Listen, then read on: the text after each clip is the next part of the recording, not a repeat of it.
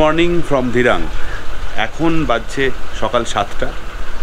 আমরা রেডি হয়ে নিচে নেমে পড়েছি, খানিকক্ষণের মধ্যেই বেরিয়ে যাব। এখান থেকে বেরোবার আগে একটা জিনিসই মনে হচ্ছিল যে আরেকটা দিন হাতে সময় থাকলে ভালো হতো। যদি আপনি দিরাংয়ে আরেকটু সময় নিয়ে থাকেন তাহলে এখান থেকে আপনি মান্ডালা টপটাও দেখে নিতে পারেন। আই থিঙ্ক ফেরার দিন আর মান্ডালা টপ হবে না। মান্ডালা টপ এখান থেকে বেশ খানিকটা ডিস্টেন্স রয়েছে, যেতে সময় লাগবে, সেটা আপনি চাইলে করে নিতে পারেন। এখন মোটামুটি ঠান্ডা আছে, 2টো করে লেয়ার চাপিয়ে নিয়েছি। রাস্তায় যেতে যেতে এরপরে যত অল্টিটিউড বাড়বে আরও লেয়ার চাপাবো। কারণ একটা কথা মাথায় রাখবেন, দিরাং থেকে বেরোনোর সময় শীতের জামা কাপড় কিন্তু হাতের সামনে রাখবেন, তার কারণ এরপরে অল্টিটিউড হঠাৎ করে চেঞ্জ হওয়া শুরু হবে। দিরাংয়ের হাইট ওই 6-6.5 ফিট মতো, আর সেলাপাস সেখানে কিন্তু প্রায় 13,500 ফিটের মতো। তো হঠাৎ করে অনেকটা অল্টিটিউড চেঞ্জ হবে, অনেকটা টেম্পারেচারে চেঞ্জ হবে। সেলাপাস যেমন গতকাল দেখেছিলাম -1 ডিগ্রি রয়েছে। তো চলুন আর একটা নতুন ভিডিও শুরু করা যাক, সঙ্গে থাকুন, দেখতে থাকুন।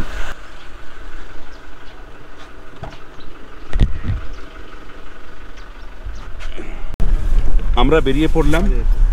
এখান থেকে মিনিট 10 লাগবে আমাদের দিরাং মনেস্ট্রি যেতে। আমরা প্রথমে দিরাং মনেস্ট্রি দেখে নেব, সেখান থেকে তারপরে আরও যে জায়গাগুলো সেগুলোয় যাব। আমরা ট্রাই করব যে আজকে দুপুর 12টার আগে সেলাপাস পৌঁছে যাওয়া। যা কতটা হবে জানি না, গতকাল সেলাপাসের ভিজিবিলিটি একটু কম ছিল, মানে 12টার পরে, তো সেই কারণে একটু তাড়াতাড়ি বেরিয়ে পড়েছি। আমাদের হোটেলে কমপ্লিমেন্টারি ব্রেকফাস্ট ছিল, কিন্তু ঘটনাটা হচ্ছে কি, যেহেতু সকাল সকাল বেরিয়ে যাবো, ওদের 8টা থেকে টাইম, তাই আমরা সেটা প্যাকিং করে নিয়েছি, কোথাও একটা রাস্তায় দাঁড়িয়ে খেয়ে নেব।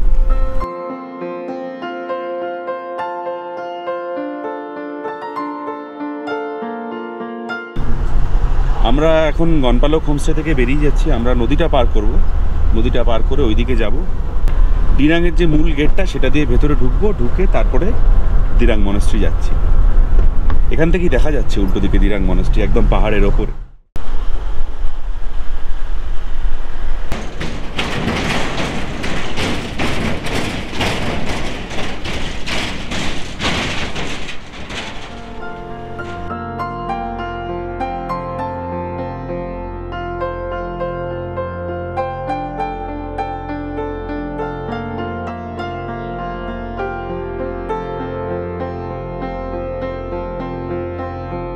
আমরা এখন পৌঁছে গেছি দিরাং মনেস্ট্রি, বা যেটার আসল নাম বলা হয় থুকপুং দার্গিয়ে লিং মনেস্ট্রি।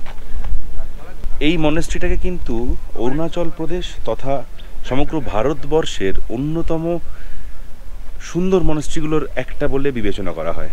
তো আমরা এই জাস্ট নেমে মনেস্ট্রির বাঁ দিকের গেটটা দিয়ে ওপরে উঠে তারপরে পুরো মনেস্ট্রিটা ঘুরে নিচে নামবো। একটা বিষয় যেটা আপনি ঢুকেই লক্ষ্য করবেন, সেটা হলো মনেস্ট্রিটা কিন্তু অসাধারণভাবে সাজানো। আর মনেস্ট্রিটা থেকে আপনি যে ভিউটা পাবেন, মানে আমি এই যে দাঁড়িয়ে কথা বলছি, আমার সামনে বিশালাকায় পাহাড় দেখুন।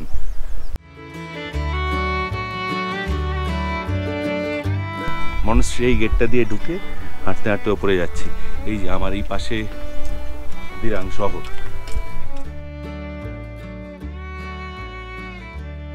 ওয়েস্ট কামেং জেলার ছোট্ট গ্রাম দিরাংয়ের অন্যতম দর্শনীয় স্থান হল এই দিরাং মনেস্ট্রি। চারপাশে পাহাড়ের ওপর হালকা কুয়াশায় ঢাকা পাইনের জঙ্গল, আর সেই পাহাড়েরই গায়ে দিরাং। এই মনেস্ট্রির সামনের চত্বরে দাঁড়ালে মুখোমুখি হতে হয় এক অদ্ভুত সৌন্দর্যের।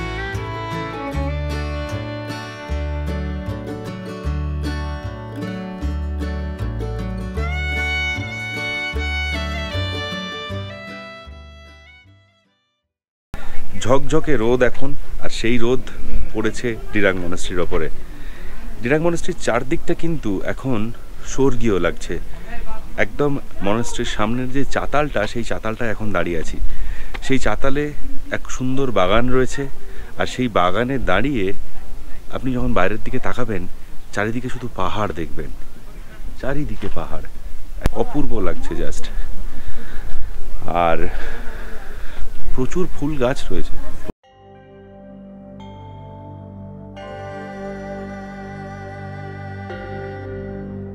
মনেস্ট্রিটি আজ থেকে প্রায় 1200 বছর আগে ছিল একটা দুর্গ, তাই এটিকে ডিরাং জংও বলেন অনেকে। এই মনেস্ট্রিটিও অন্যান্য মনেস্ট্রিগুলোর মতোই তিব্বতী বৌদ্ধ ধর্ম চর্চার জন্য নির্মাণ করা একটি ধর্মস্থান এবং শিক্ষা প্রতিষ্ঠান।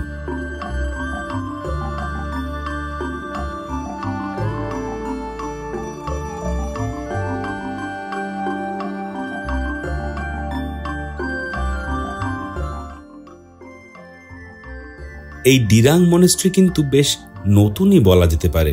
2007 সালে পাহাড়ের ওপরে 11 একর জমির ওপর এই মনেস্ট্রির নির্মাণ কাজ শুরু করা হয়। His holiness the Dalai Lama 2017 সালের 5ই এপ্রিল এই জায়গাটিকে মান্যতা প্রদান করেছিলেন। তিনিই এই মনেস্ট্রির নাম দিয়েছিলেন থুপসুং ধারগেলিং, যার আক্ষরিক অর্থ হল the place of flourishing of the Buddha's speech.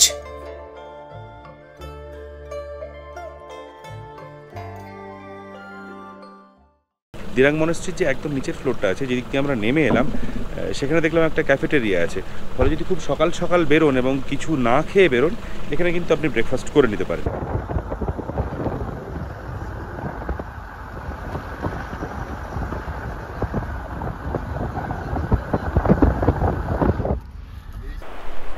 Dirang monastery থেকে রামা ক্যাম্পের দিকে আসার পথে ডান হাতে এই হট স্প্রিংটা পড়ে। খুব ছোট্ট করে লেখা আছে কিন্তু ডান দিকে, সেটা অনেক সময় অনেকেই মিস করে যেতে পারেন। তো আমরা একটু এগিয়ে গিয়েছিলাম, আবার ফিরে এসে নামছি। এই হট স্প্রিং যাওয়ার জন্য কিন্তু কিছুটা রাস্তা নিচে নেমে যেতে হয়।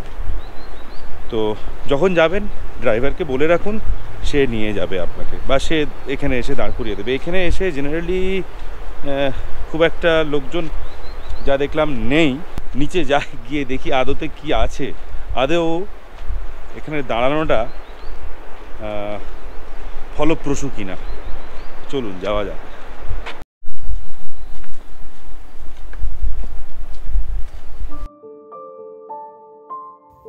দিরাং থেকে তাওয়াং যাওয়ার রাস্তায় রয়েছে এই হট স্প্রিং, খানিকটা আমাদের বক্রেশ্বরের মতোই। তবে গরমের জায়গায় হট স্প্রিং আর ঠান্ডার জায়গার হট স্প্রিং এর মধ্যে পার্থক্য আছে বৈকি। এই জলে প্রচুর পরিমাণে সালফার রয়েছে, যা এটিকে ঔষধি গুণে সমৃদ্ধ করে তোলে। স্থানীয় লোকজন মনে করেন এটি আপনাকে সমস্ত ধরনের রোগ থেকে নিরাময় করতে পারে। আপনার হাতে একদিন অতিরিক্ত সময় থাকলে ড্রাইভারকে বলে খানিকটা সময় হাতে নিয়ে চলেই আসতে পারেন এখানে। আমি এখন হট স্প্রিং এর সামনে দাঁড়িয়ে রয়েছি। এখানে দুটো হট স্প্রিং রয়েছে, একটা ঠিক আমার পেছনে, এখানে এরা চান করছেন, আর একটা ওই পাশে। তো আমি জাস্ট একটু টাচ করে দেখলাম, জলটা কিন্তু বেশ গরম। अच्छा कितने टाइम से आप नहा रहे हैं? अभी करीबन 1 घंटा हो रहा है। 1 घंटा हो गया और आधा घंटा बैठेंगे। बहुत बढ़िया है। ডিরাংয়ের দিক থেকে আসতে হলে এই সামনেই একটা জায়গা আছে, সেখানে কিন্তু গাড়ি রেখে এসে আপনি স্নান করতে পারেন। মানে যদি ডিরাংয়ে 2 দিন থাকেন, তাহলে একদিন দুপুরবেলায় এসে চান করতে পারেন। ডিরাংয়ে যেরকম জল আমি দেখলাম, আমাদের বাথরুমে যেরকম জল ছিল, প্রচণ্ড ঠান্ডা। এখানে কিন্তু জল বেশ গরম। জলটা বেসিক্যালি পাহাড়ের ভেতর থেকে আসছে, আর আসছে এখানে একটা সরু পাইপের মধ্যে দিয়ে। এখানে একটা ক্যাফে রয়েছে, যদি চান আপনি স্নান টান করার পরে এখানে খাওয়া দাওয়া করতে পারেন। এখন খুব সকাল, ক্যাফে এখন বন্ধ, খানিকক্ষণের মধ্যে সেটা খুলে যাবে। এখানে কিন্তু বাইরের খাবার বা পানীয় অ্যালাউড নয়, এটা বলে দিলাম আগে থেকে, যে এটা লেখা আছে এক জায়গায়। বেশ, তো চলুন, এরপরে অনেকগুলো সিঁড়ি ভাঙতে হবে। আমরা সবাই জানি যে লোকাল ট্রেন বেসিক্যালি 2 রকমের হয়, একটা গ্যালোপিং আর একটা যেটা সব স্টেশনে দাঁড়ায়, ধীরে সুস্থে শান্ত হয়ে যায়।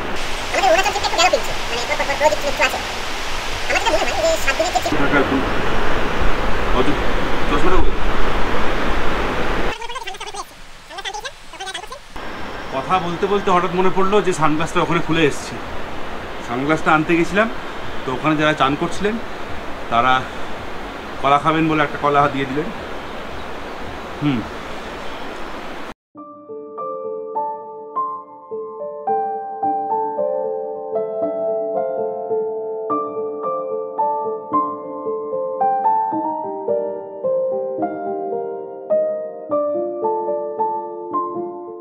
আমরা এই জাস্ট এসে পদ্মা মার্কেটে পৌঁছলাম। এখানে একটু ব্রেকফাস্ট করে নেবো, যেটা আমরা সঙ্গে এনেছি, আর তার সাথে চাটা ইত্যাদি খেয়ে একটু ব্রেকফাস্ট করে নেবো। এখানে একটা ছোট বাজার মতো রয়েছে।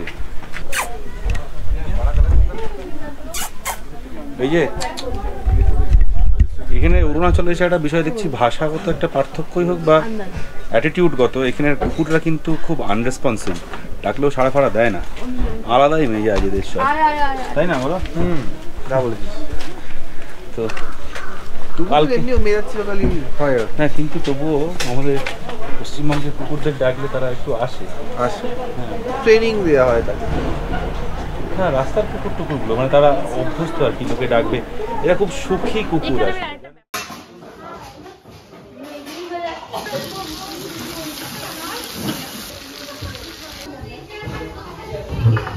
সকালবেলা এখন শুধু ভাত, রুটি, ম্যাগি এই সমস্ত রয়েছে। ম্যাগিটা খাওয়াই মনে হলো ঠিকঠাক, আর পুরি আছে, তো সেটা প্রচন্ড তেলে ভালো। তাহলে আমরা কটা ম্যাগি খাচ্ছি? চারটে বলে দাও। 4টা ম্যাগি। 1 প্লেট করে ম্যাগি অর্ডার দিলাম খাওয়ার জন্য। ম্যাগি এখানে দাম হচ্ছে 50 টাকা পার প্লেট।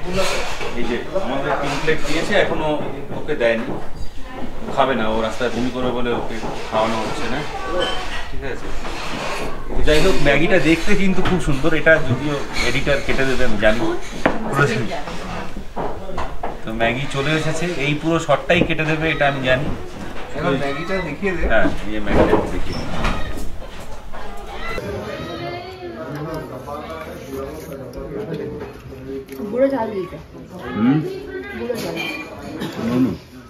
ম্যাগিটা একদম ম্যাগির মতো খেতে।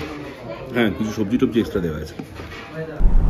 পদ্মা থেকে বেরিয়ে এখন গোল গোল ঘুরতে ঘুরতে আমরা যাচ্ছি বৈশাখী ক্যাম্পের দিকে।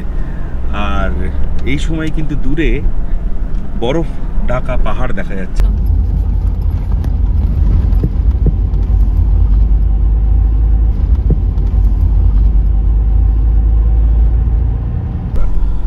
বৈশাখীর হাইট হচ্ছে 11,000 ফিট। এখনোই মোটামুটি আমরা 8,000 ফিটের কাছাকাছি উচ্চতায় রয়েছি। এটা মানে একটা দারুণ এক্সপিরিয়েন্স হচ্ছে। মেঘ কিন্তু একটু আগেই আমাদের ছুঁয়ে গেল একবার। রোদ আছে, এটা একটা খুব ভালো পয়েন্ট, ভিউ ভালো পাওয়া যাচ্ছে।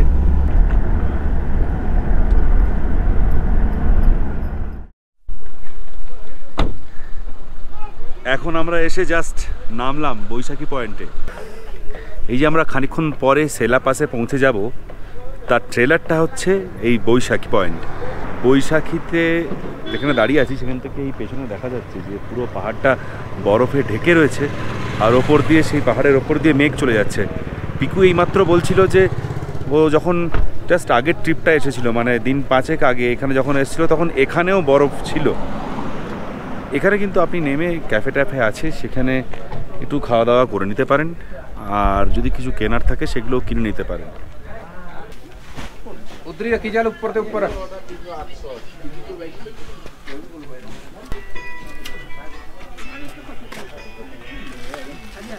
যদি এসে এখানে আপনি বুঝতে পারেন যে ঠান্ডাটা বেশি লাগছে, সঙ্গে জিনিসপত্র আনেননি, এখানে কিন্তু সমস্ত কিছু কিনতে পাওয়া যাচ্ছে। মানে মাস্ক, ভারী মোটা মাস্ক থেকে শুরু করে ড্রেস, সমস্ত কিছুই কিন্তু এখানে পাওয়া যাচ্ছে। জুতোও পাওয়া যাচ্ছে ইভেন।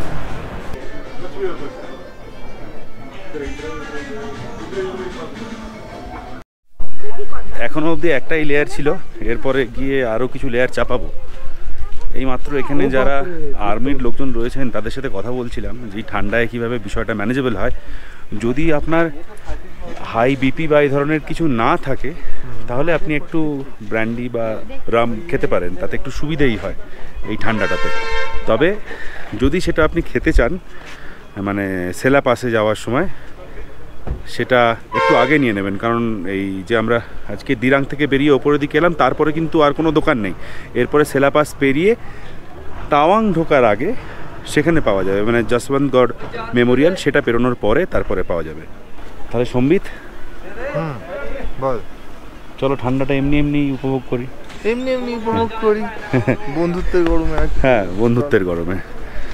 হ্যাঁ, যদিও এখানে রোদ রয়েছে, দাঁড়িয়ে গরমই লাগবে, কিন্তু আসল খেলাটা একটু পরে শুরু হবে। আর সেই খেলাটার জন্য কিন্তু অপেক্ষা করার কোনো মানেই হয় না, তাই না? এই এক, কটা লেয়ার? এই দুটো হলো, থার্ড 3টে লেয়ারই হয়ে যাবে। আই হোপ আমার তো 5টা 5টা করে। এইটা তোর কটা লেয়ার? 3টে তোর কটা লেয়ার? 4টে আছে আর একটা চাপাবো, মানে 5টা। আমার এই থার্ড, এইটা পাফার জ্যাকেট, এটাতেই আই হোপ কাজ হয়ে যাবে। আর ডেফিনেটলি যেটা কান আর মাথা, এই দুটো ঢাকতে হবে। জীবনে প্রথমবার দেখছি রাস্তার পাশে বড় বড় ফেনার মতো জমে থাকা বরফ। এই অনুভূতি বলে বা দেখিয়ে বোঝানোর মতো নয়, শুধুমাত্র স্পর্শই এই অনুভূতির একমাত্র উত্তর।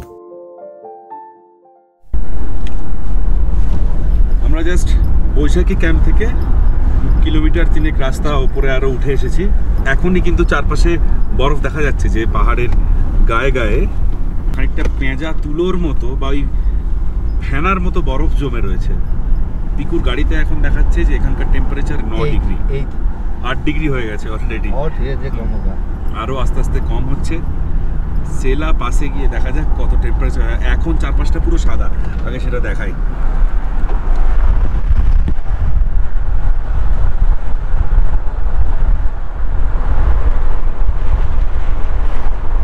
আচ্ছা, বাই দ্য ওয়ে, এই হাইটে আমার প্রথমবার না হলেও বরফ কিন্তু আমি প্রথমবার দেখছি। আমি গুরুদংমার লেক গিয়েছিলাম আগের বছর, সেখানে গিয়ে বরফ দেখতে পাইনি।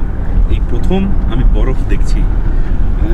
একটা অদ্ভুত ফিলিংস, এটা বোঝানো যাবে না আর কি। এখন আমরা সেলা পাস যাওয়ার একটু এগিয়েছে। সেলা পাস যাওয়ার একটা রাস্তা ডান দিক দিয়ে ওপরে উঠে গেছে, আর আরেকটা রাস্তা সোজা সেলা টানেলের দিকে গেছে। আমরা সেলা টানেলের রাস্তাটা ধরলাম, তার কারণ পিকুরি বন্ধুরা ওপরে গিয়েছিল, তারা গতকাল ফোন করে জানিয়েছে যে ওখানে ব্ল্যাক আইস তৈরি হয়েছে। ব্ল্যাক আইস মানে রাস্তায় বরফ পড়ে পড়ে তার উপরে গাড়ি চলে চলে একটা স্বচ্ছ আর শক্ত বরফ, সেখানে কিন্তু গাড়ি আবার ব্রেক করলে ঠিকঠাকভাবে ধরে না।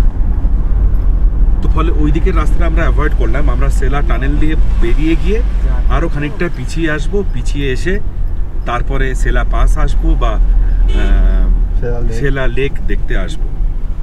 আর এখন আমরা বরফের মধ্যে, চারিদিকে বরফ, অপূর্ব। জাস্ট কোনো কথা বলার, মানে কিছু বলার নেই, এখানটা শুধু দেখার আছে।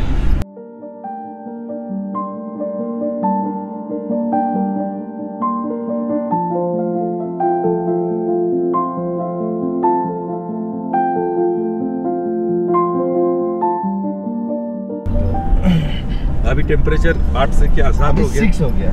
अब এখন 6 ডিগ্রি হয়ে গেছে। একটু করে উঠছি আর 1 ডিগ্রি করে কমছে।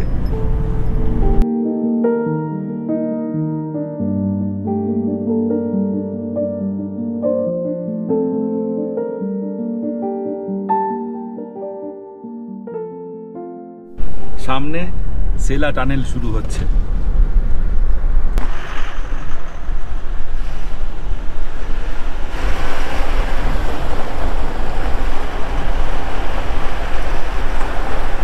এই সেলা টানেলটা হওয়ার দরুন তেজপুর থেকে তাওয়াং অবধি কিন্তু যোগাযোগের একটা বিশাল সুবিধা হয়ে গেছে। সেলা টানেলের একটা পার্ট পেরিয়ে এলাম, আর একটা পার্ট আমার সামনে রয়েছে, এক্ষুনি দেখাচ্ছি। এই সেলা টানেল হওয়ার ফলে প্রায় 6.5 কিলোমিটার মতো রাস্তা কিন্তু কমে গেছে।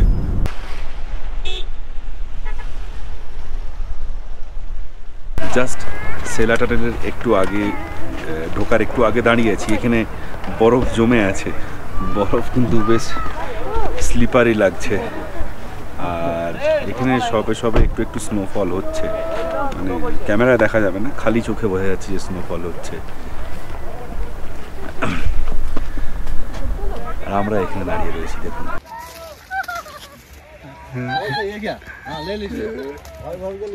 সেলা টানেল থেকে জাস্ট বেরিয়ে বাঁ দিকে ঢুকতেই তাওয়াংয়ের গেটটা দেখা গেল, যে ওয়েলকাম টু তাওয়াং। আমরা তাওয়াং ডিস্ট্রিক্টে জাস্ট ঢুকলাম। ঠান্ডা কিন্তু ভালোই, হাওয়াও প্রচুর। বাইরে যখন নেমেছিলাম সেলা টানেলটা থেকে বেরিয়ে এসে পায়ে কিন্তু ঠান্ডা লাগছে, জিন্সটা শুধু পরে। বাকি মোটামুটি ঠিক আছে। নাক আর কান একটু ঢাকা রাখার চেষ্টা করুন। গাড়ির ভেতরে থাকলে ঠিক আছে, টেম্পারেচার কন্ট্রোল রয়েছে, অসুবিধে নেই। इस तरफ तवांग, इस तरफ सेला। আচ্ছা, এইদিকে তাওয়াং, এইদিকে তাওয়াং। তো আমরা এখন টুয়ার্ডস সেলা লেক যাচ্ছি। সেলা লেক থেকে ফিরে আবার এই যে পেছন দিকে যে রাস্তাটা তাওয়াংয়ের দেখালাম সেই রাস্তাটা ধরে ফিরে যাব। এই বৈচিত্র্য বোধহয় শুধুমাত্র ভারতবর্ষেই রয়েছে। এই যে আমরা এখানে রয়েছি, চারপাশটা একেবারে মানে তুষারে ভর্তি, বরফে ভর্তি, সাদা হয়ে রয়েছে, এক অপূর্ব ব্যাপার। আর এখান থেকে নেমে আপনি বাঁকুড়া চলে যান, দরদর করে ঘামবেন এখনই। কদিন আগে গঙ্গাসাগর গেছিলাম, সেখানে তো সমুদ্রের ধারে সে এক অন্যরকম অভিজ্ঞতা। এই বিষয়টাই আমাদের ভারতবর্ষ, এই বিষয়টাই আমাদের আসল ভারতবর্ষ।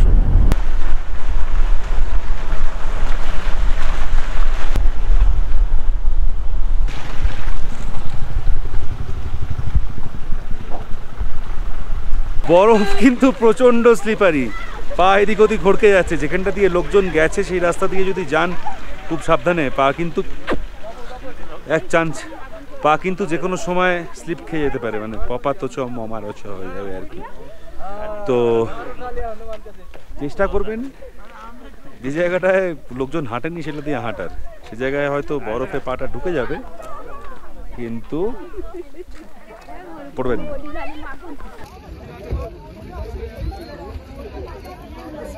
এই দিকটাতে পুরো মেঘলা হয়ে আছে, আর এই পেছনটাতেও কিন্তু আস্তে আস্তে পুরো মেঘ ঢেকে ফেলছে। পিকু ঠিকই বলেছিল যে 12টার আগে পৌঁছে গেলে এখানে ভিউটা পাওয়া যাবে। অলরেডি কিন্তু চারদিক থেকে মেঘ, আমরা যখন এসেছিলাম এত মেঘ ছিল না। আচ্ছা, আর সেলা লেকে কিন্তু এই মুহূর্তে প্রায় পুরোটাই বরফ হয়ে রয়েছে।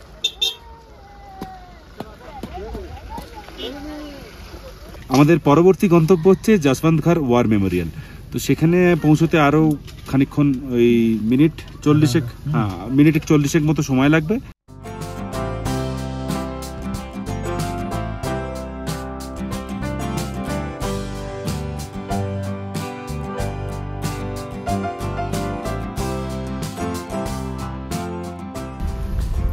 যারা কলকাতায় চিপস কিনে বা লেজ কিনে প্রচণ্ড বিরক্ত হন যে কত হাওয়া দেয়, চিপস তো আদতে থাকে না, শুধু হাওয়া থাকে, তারা কিন্তু একদম অরুণাচলে এসে লেজ কিনবেন না।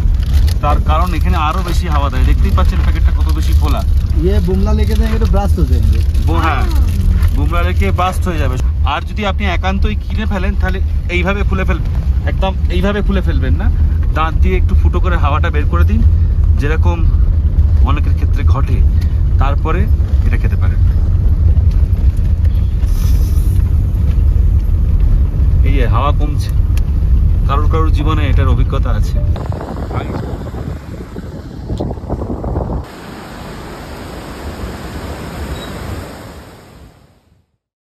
এখন বাজছে 1:10 আর আমরা এখন এসে পৌঁছলাম যশবন্তঘর ওয়ার মেমোরিয়ালে।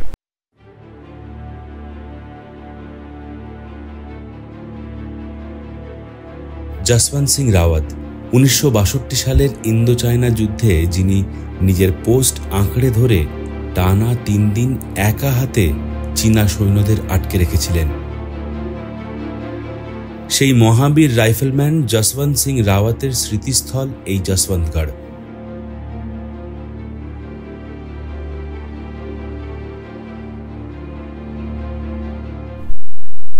যশবন্তগড় ওয়ার মেমোরিয়াল থেকে আর একটু এগিয়ে এলে যশবন্তগড় স্মৃতিস্থল রয়েছে। তো আমি এদিকটা দিয়ে হেঁটে যশবন্তগড় স্মৃতিস্থলের দিকে যাচ্ছি। কথিত আছে যুদ্ধে পরাজয় নিশ্চিত জেনেও নিজের দলের সাথে ফিরে না গিয়ে পাহাড়ের দেওয়াল হয়ে দাঁড়িয়ে পড়েছিলেন যশবন্ত সিং, ত্রিলোক নেগি এবং গোপাল গুসেন। যুদ্ধে একে একে ত্রিলোক নেগি এবং গোপাল গুসেন মারা যাবার পরেও টানা 3 দিন সেই লড়াই চালিয়ে যান যশবন্ত সিং একা। পাহাড়ের একাধিক জায়গায় অস্ত্র রেখে ক্রমাগত আক্রমণ চালিয়ে যাবার ফলে উল্টো দিকের চীনাদের মনে হয় পাহাড়ে বড় কোনো সৈন্যদল অপেক্ষা করছে তাদের জন্য। প্রায় 150 জন মারা যাবার পরে তাদের হুঁশ হয় মাত্র একজনই দাঁড়িয়ে রয়েছেন তাদের বিপক্ষে। শেষমেশ তখনই তারা এগিয়ে আসার সাহস পায়। 62 সালের 17 নভেম্বর শহীদ হন যশবন্ত সিং। মরণোত্তর মহাবীর চক্র প্রদান করা হয় ওনাকে। মৃত্যুর পরেও যশবন্ত সিং সরকারিভাবে অন ডিউটি ছিলেন এবং 2002 সালে তাঁকে সম্মানীয় ক্যাপ্টেন পদে আসীন অবস্থায় অবসর প্রদান করা হয়। যশবন্তগড় স্মৃতিসৌধে যশবন্ত সিং এর একটি মূর্তি এবং ইউনিফর্ম, টুপি, ঘড়ি, বেল্ট সহ তাঁর ব্যবহারের জিনিসপত্র রয়েছে গুলিবিদ্ধ হয়ে তিনি যে গাছের নিচে বসে শেষ নিঃশ্বাস ত্যাগ করেছিলেন সেটির গুঁড়ি। রয়েছে তার কাছে আশীর্বাদ চেয়ে পাঠানো চিঠিপত্র, যা এখনো আসে, প্রায় রোজই আসে। আসলে যশবন্তগড় আমাদের জেনারেশনের কাছে সেই জীবন্ত স্মৃতিস্থল, যেখানে গিয়ে খানিকক্ষণ দাঁড়ালে মনে হয় আমার ভারত সত্যিই মহান। মনে হয় বীরত্বের ছাতি ইঞ্চিতে মাপা যায় না কোনোদিনই। বীরত্বের একক আসলে দেশপ্রেম।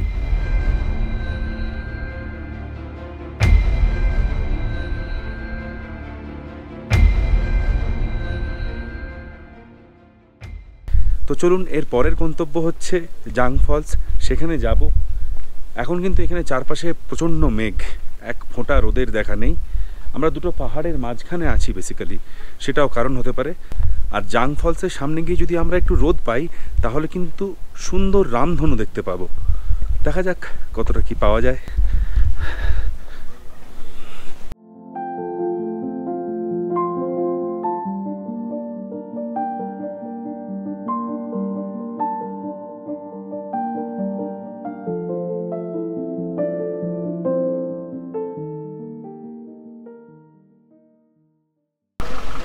তাওয়াংয়ের ঠিক আগে এই জং বলে যে জায়গাটা, সেখানে একটা হোটেলে খেতে নেমেছি। এই হোটেলটার নাম হচ্ছে হিন্দু রেস্টুরেন্ট। তো এই হিন্দু রেস্টুরেন্টের কুক নাকি কলকাতার আর মালিক আসামের। কুকু বললো এখানে খাওয়া দাওয়ার খুব ভালো, যাই আজকে লাঞ্চটা সেরে ফেলি, কারণ এখন অলরেডি 2টো বেজে গেছে। এখান থেকে আমরা নুরানারাং ফলস বা যেটাকে জং ফলস বলা হয় সেটা যাব, তারপরে সেখান থেকে তাওয়াং। দেখা যাক কী খাবার পাওয়া যায়। একটা ডাল রয়েছে, এইসব ভাজাভুজি রয়েছে, পুরো ভেজ থালি। গরম ভাতটাই আসল কথা।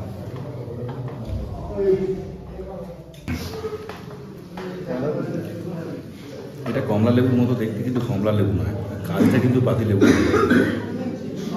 মানে ডাল ডালে দিয়ে খাবার।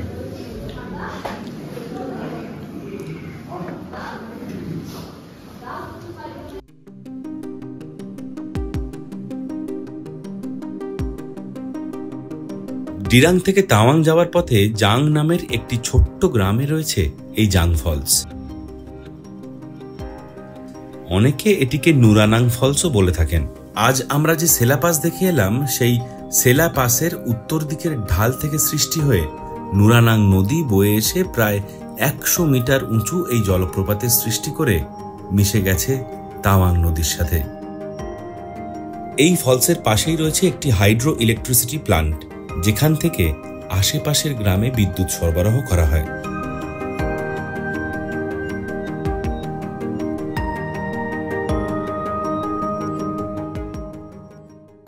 আমি এখন রয়েছি নুরানাং ফলসের একদম সামনে। আর একটু সামনে গেলে বোধহয় কিছুই শোনা যাবে না, যা গর্জন শোনা যাচ্ছে এখান থেকে। মজার বিষয় হচ্ছে এই জায়গাটা অনেকেই পছন্দ করেন যখন রোদ থাকে তখন আসতে, আর তার একমাত্র কারণ হচ্ছে যে এই যে জল ছিটকে বেরিয়ে আসছে, এখানে কিন্তু সারাক্ষণ রামধনু থাকে, আর যেটা দেখতে খুব ভালো লাগে। আমি আর একটু সামনে যাব, আমি সামনে গেলে মনে হয় না আমি যা কিছু বলবো শোনা যাবে বলে। একদম পুরো সামনে পৌঁছচ্ছি না, কাছাকাছি পৌঁছে এসেছি। প্রচুর পাথর রয়েছে, উল্টো দিকটা দেখাচ্ছি আপনাদের, দাঁড়ান। এই হচ্ছে ফলস।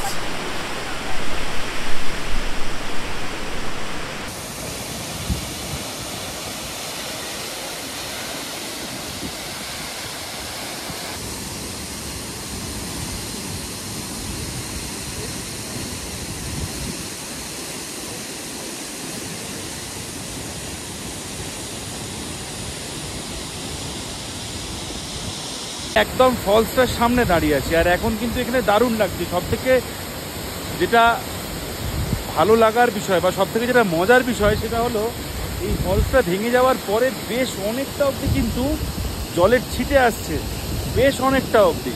আর সেই জলের ছিটের যে পরিসর, তার মধ্যে আমি এখন দাঁড়িয়ে আছি। ফলে চোখে মুখে এসে একটু জলের ঝাপটাও লাগছে, আর তার সাথে রয়েছে হাওয়া, দারুণ হাওয়া। আর একটু এগিয়ে গেলে সে জায়গায় পাথর কিন্তু ভেজা, সেখানে পাথরগুলো স্লিপারি হতে পারে। তো যদি আসেন, যদি কাছাকাছি আসতে চান, তাহলে একটু অবশ্যই সতর্কতা অবলম্বন করবেন।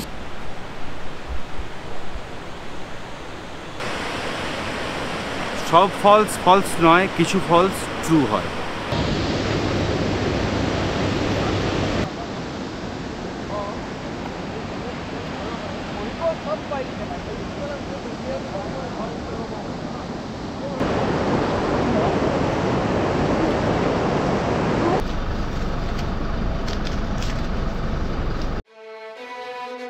এই ছিল আমাদের অরুণাচল ভ্রমণের তৃতীয় দিনের গল্প।